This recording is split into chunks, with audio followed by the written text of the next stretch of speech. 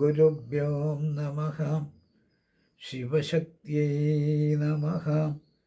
ഹരിഃ ഓം. എൻ്റെ പേര് സൂര്യനാരായണൻ. ഇന്നത്തെ വീഡിയോ പ്രോഗ്രാം ദേവി പൂജ അഥവാ ധ്യാനം, അതായത് ഈ പ്രപഞ്ചമാതാവിനെ പൂജിക്കുന്നതും ധ്യാനിക്കുന്നതും ലളിതാ സഹസ്രനാമത്തിലൂടെ നമ്മളതാണ് ചെയ്യുന്നത്. പ്രപഞ്ചമാതാവായ ലളിതാ ത്രിപുരസുന്ദരി ദേവി അഥവാ പരാശക്തി മാതാവിനെയാണ് ലളിതാ സഹസ്രനാമത്തിലൂടെയും ലളിതാ ത്രിശതിയിലൂടെയും പിന്നെ ഖഡ്ഗമാല എന്ന വളരെ വളരെ പ്രസിദ്ധമായ സ്തോത്രത്തിലൂടെയും നമ്മൾ ചെയ്യുന്നത് അതാണ്. ഇപ്പോൾ ദേവിയെ സർവാംഗം എങ്ങനെ പൂജിക്കാം, ധ്യാനിക്കാം, അതിനുള്ള ചില കാര്യങ്ങളാണ് പറയുവാൻ പോകുന്നത്. ദേവീനാമങ്ങൾ പറഞ്ഞ ശേഷം അല്ലെങ്കിൽ ദേവീനാമങ്ങൾ തുടങ്ങുന്നതിന് മുമ്പ് സങ്കല്പം ചെയ്യണം.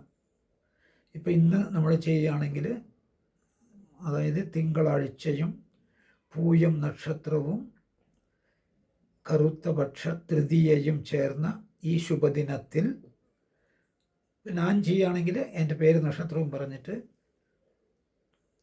മകീര്യം നക്ഷത്രം മിഥുനം രാശിയിൽ ജനിച്ച സൂര്യനാരായണൻ ലളിതാ ത്രിപുരസുന്ദരി ദേവിയെ ആരാധിക്കുന്നു, പൂജിക്കുന്നു, ധ്യാനിക്കുന്നു, ഇങ്ങനെ പറഞ്ഞിട്ട് വേണം തുടങ്ങാൻ.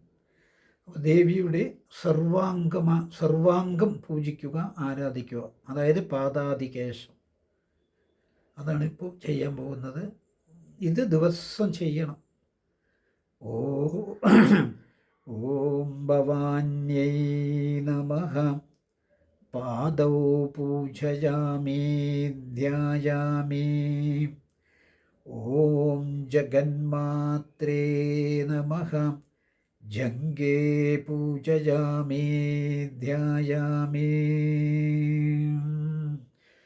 ഓം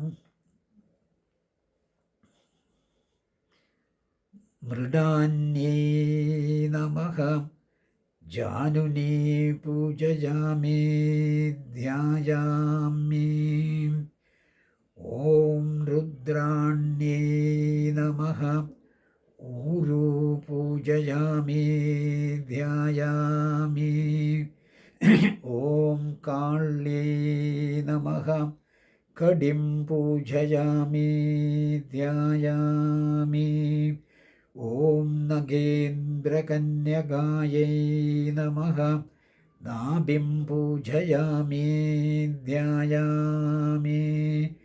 ഓം സ്തവപ്രിയായൈ നമഃ. വക്ഷസ്ഥലം പൂജയാമി ധ്യായാമി. ഓം ഭവഗ്നേ നമഃ. ഭുജദ്വയം പൂജയാമി ധ്യായാമി. ഓം കംഭോഗ്രീവായൈ നമഃ. കണ്ഠം പൂജയാമി ധ്യായാമി. ഓം മായായൈ നമഃ. മുഖമണ്ഡലം പൂജയാമി ധ്യായാമി. ഓം ലളിതായൈ നമഃ. ലലാടം പൂജയാമി ധ്യായാമി. ഓം ശിവായൈ നമഃ. ശിരഃ പൂജയാമി ധ്യായാമി. ഓം പ്രണതാർത്തിഹരായൈ നമഃ. പുനഃ പാദൗ പൂജയാമി ധ്യായാമി. ഓം സർവേശ്വര്यै നമഃ. സർവാംഗം പൂജയാമി ധ്യായാമി. പൂജയാമി എന്ന് പറയുമ്പോൾ ഒരു പുഷ്പമെടുത്ത്, പ്രിഫറബിളി ചുവന്ന പുഷ്പമെടുത്ത് ദേവിയെ പൂജിക്കണം. ഭദ്രദീപം കൊളുത്തി അതിൽ ദേവിയെ ആവാഹനം, ദേവിയുടെ ശക്തിയെ ആവാഹനം ചെയ്ത് അതിൽ ഒരു പൂവെടുത്ത് അർച്ചിക്കണം. ധ്യായാമി എന്ന് പറയുന്നത് ധ്യാനം ചെയ്യുന്നതിന് വേണ്ടിയിട്ടാണ്. അപ്പോൾ പൂജ വേറെ ധ്യാനം വേറെ, അല്ലെങ്കിൽ പൂജ കഴിഞ്ഞ് ധ്യാനം ചെയ്യാം, രണ്ടും കൂടി ഒന്നിച്ചും കൊണ്ടുപോകാം. ദേവിയുടെ നാമങ്ങൾ പറഞ്ഞപ്പോൾ ലളിതാ സഹസ്രനാമം പറയുന്നതെങ്കിൽ അതിന് മുമ്പ് ദേവിയെ ആവാഹനം ചെയ്ത് പാദാദികേശം ദേവിയെ ധ്യാനിച്ച് പിന്നെ വേണം ലളിതാ സഹസ്രനാമം തുടങ്ങാൻ, അല്ലെങ്കിൽ ലളിതാ ത്രിശതി തുടങ്ങാൻ, അല്ലെങ്കിൽ ഗഡ്ഗമാല എന്ന ഒരു അതിശക്തമായ ഒരു പൂജാ സമ്പ്രദായമുണ്ട്. ശ്രീചക്ര പൂജയ്ക്ക് തുല്യമാണത്. ശ്രീചക്ര പൂജയിൽ നമ്മൾ ആരാധിക്കുന്ന ദേവിയുടെ അനുയായികളെ, ദേവിയുടെ കൂടെ തന്നെ ശ്രീചക്രത്തിൽ കുടികൊള്ളുന്ന 180 ദേവിമാരെയാണ് ഗഡ്ഗമാലയിലൂടെ നമ്മൾ പൂജിക്കുന്നത്. ഞങ്ങളുടെ നിത്യവും ചെയ്യുന്ന മെഡിറ്റേഷനിൽ രാവിലെ 5:45 മുതൽ 6:20 വരെ അതിൽ ഗഡ്ഗമാല അത് പറഞ്ഞിട്ടും ധ്യാനം ചെയ്യുന്നുണ്ട്. ഗഡ്ഗമാല വളരെ പ്രസിദ്ധമായ, വളരെ ഫലപ്രദമായ ഒരു മന്ത്രമാണ്. ഇതിലേക്ക് ചേർന്നാൽ, ഞങ്ങളുടെ ധ്യാനത്തിൽ ചേർന്നാൽ ഗഡ്ഗമാല ബൈഹാർട്ട് ചെയ്യാൻ പറ്റും, ലളിതാ സഹസ്രനാമം ബൈഹാർട്ട് ചെയ്യാൻ പറ്റും, ലളിതാ ത്രിശതി ബൈഹാർട്ട് ചെയ്യാൻ പറ്റും. ഇത് ബൈഹാർട്ട് ചെയ്ത് ഒരു ദിവസം 10 നാമങ്ങൾ പറഞ്ഞാൽ മതി. 1000 നാമങ്ങൾ പറയേണ്ട ആവശ്യമില്ല. ഒരു 20 മിനിറ്റ് മുതൽ 30 മിനിറ്റ് വരെ ദേവിയെ പൂജിച്ചാൽ മതി, ആരാധിച്ചാൽ മതി. നമുക്ക് വേണ്ടുന്നതെല്ലാം ദേവി നൽകുമെന്നുള്ളതിന് സംശയമില്ല. നിങ്ങളിത് പരീക്ഷിച്ച് നോക്കാം. നിങ്ങളുടെ ജീവിതത്തിൽ ഒരു 41 ദിവസമോ അല്ലെങ്കിൽ ഒരു 90 ദിവസമോ ഇത് ചെയ്തു നോക്കിയാൽ അവനവന് വേണ്ട ആവശ്യങ്ങളെ നമ്മൾ പറയണം. ഇപ്പം വിവാഹം കഴിയാത്തവർ, എനിക്ക് വിവാഹ പ്രാപ്തിക്ക് വേണ്ടി ഞാൻ ദേവിയെ ആരാധിക്കുന്നു. ജോലി കിട്ടാത്തവർ, എനിക്ക് ജോലി ലഭിക്കുവാൻ ദേവിയെ ആരാധിക്കുന്നു. ആരോഗ്യക്കുറവുണ്ടെങ്കിൽ എനിക്ക് പൂർണ്ണാരോഗ്യം ലഭിക്കുവാൻ ദേവിയെ ആരാധിക്കുന്നു. അതായത് ക്രിട്ടിക്കൽ ഇൽനെസ് ഉണ്ടെങ്കിൽ ICUയിലൊക്കെ കിടക്കുന്നവർ ഈ മന്ത്രങ്ങൾ പറയണം. മനസ്സിൽ കിടന്ന് ആ ബെഡിൽ തന്നെ പറയാം, എനിക്ക് ദീർഘായുസ് ലഭിക്കുവാൻ ഞാൻ ദേവിയെ പ്രാർത്ഥിക്കുന്നു. സ്ത്രീകളാണെങ്കിൽ ദീർഘസുമംഗലി യോഗത്തിന് വേണ്ടി, അങ്ങനെ നമ്മളുടെ ആവശ്യങ്ങൾ ഇതിൽ പറഞ്ഞിട്ട് നമ്മൾ ഈ പൂജയോ ധ്യാനമോ. പക്ഷേ ഏറ്റവും നമ്മളുടെ ശങ്കരാചാര്യർ 10 ഉപനിഷത്തുകളെ വ്യാഖ്യാനിച്ചിട്ടുണ്ട്. അതിൽ പറയുന്നത് ധ്യാനത്തിനാണ് മുൻതൂക്കം അദ്ദേഹം കൊടുക്കുന്നത്. ഉപനിഷത്തുകൾ സംശയമുള്ളവർ ഉപനിഷത്തുകൾ എടുത്ത് നോക്കിയാൽ മനസ്സിലാവും. ഞാൻ വെറുതെ പറയുന്നതല്ല, ആധാരപൂർവ്വം പറയുന്നതാണ്. ഉപനിഷത്തുകളിൽ ധ്യാനത്തിനാണ് മുൻതൂക്കം. ധ്യാനം ചെയ്ത് നമ്മളുടെ ഉള്ളിലുള്ള ജീവാത്മാവിനെ പുഷ്ടിപ്പെടുത്തുവാനാണ് അവർ പറയുന്നത്. അങ്ങനെ ചെയ്താൽ നമുക്ക് ജീവിതത്തിൽ മുന്നേറുവാൻ സാധിക്കും. എല്ലാവരും ഇത് മനസ്സിലാക്കി ധ്യാനം ചെയ്യുക, ധ്യാനം ചെയ്യാൻ പഠിക്കുക.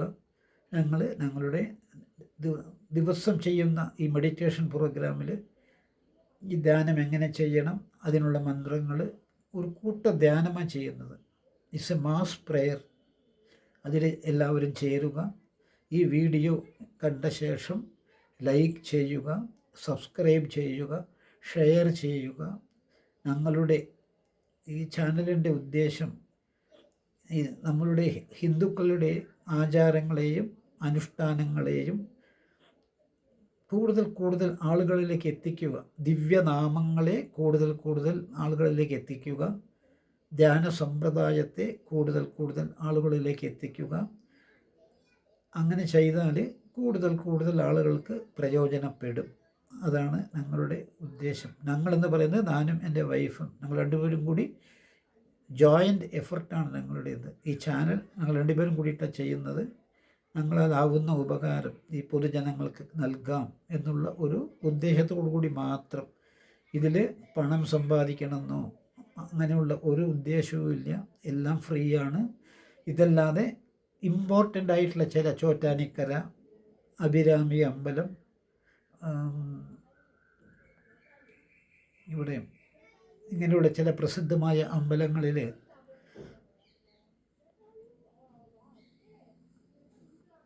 ഞങ്ങൾ ലളിതാ സഹസ്രനാമം 1,00,000 പ്രാവശ്യം പറയണം. തിരുവണ്ണാമല, തിരുക്കടയൂർ, ഇവിടെയൊക്കെ ശിവപഞ്ചാക്ഷരി, ശക്തി പഞ്ചാക്ഷരി, ഇവയെല്ലാം 1,00,000 പ്രാവശ്യം ഒരു 50 പേരെങ്കിലും ഞങ്ങളുടെ കൂടെ വന്ന് നടത്തണമെന്നുള്ളൊരാഗ്രഹമുണ്ട്. ഈ യൂട്യൂബ് ചാനൽ കാണുന്നവർ അതിലേക്ക് തയ്യാറാവുക. ദയവ് ചെയ്ത് ഞങ്ങളുടെ കൂടെ വരിക. വന്നു പോകാനുള്ള ചിലവൊക്കെ വരുന്നവർ തന്നെ എടുക്കേണ്ടി വരും.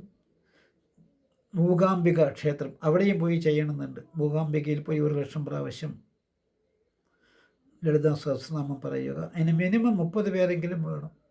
അപ്പോൾ യൂട്യൂബ് കാണുന്നവർ മനസ്സിൽ അത് കണക്കാക്കി അതൊരു ഡേറ്റ് ഫിക്സ് ചെയ്യാം. ഈ 5-6 സ്ഥലങ്ങളിലേക്ക് ഓരോ ഡേറ്റ് മാസത്തിൽ ഒന്നോ അല്ലെങ്കിൽ 2 മാസത്തിൽ ഏതെങ്കിലും ഒരു ക്ഷേത്രത്തിൽ പോയി നല്ല ഫലപ്രദമാണത്.